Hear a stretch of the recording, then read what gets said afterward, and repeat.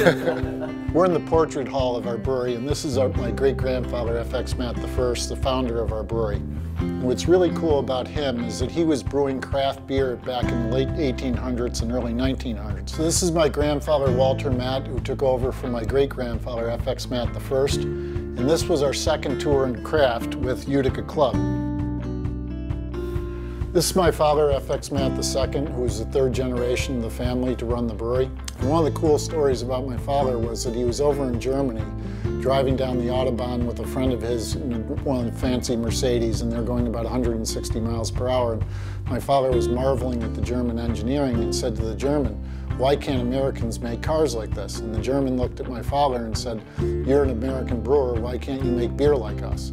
And so my father came back in 1985 and brewed for the first time Saranac 1888, which was the beginning of the Saranac line, and it turned out to be very successful. We've been brewing craft in 3 separate centuries, the 1800s, the 1900s, and now the 2000s. We think that's pretty cool.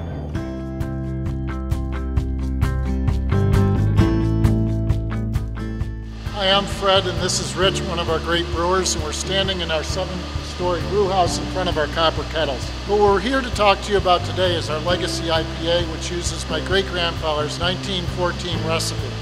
And one of the things you'll note is that the color of the beer is a lot lighter. That's because we use lighter malts. Rich, why do we use lighter malts? Well, back in the historic recipes, we found that they used lighter malts. It really allows the hops to come through better. This recipe includes a lot of the old traditional varieties such as Goldings and Cluster. We've also refreshed that with some Centennial, Simcoe, and Citra, some newer modern varieties that add a nice spicy hop aroma to it. And one of the things we've done that is very innovative is we've developed a hop infusion process. What that means is we add hops to every barrel of beer. From the transfer, from fermenting to aging, we inject the hops in line so every barrel gets the great hop aroma in the beer. And so we have a beautiful blend of brewing tradition with brewing innovation. And we think that makes for a better beer. Cheers, Rich.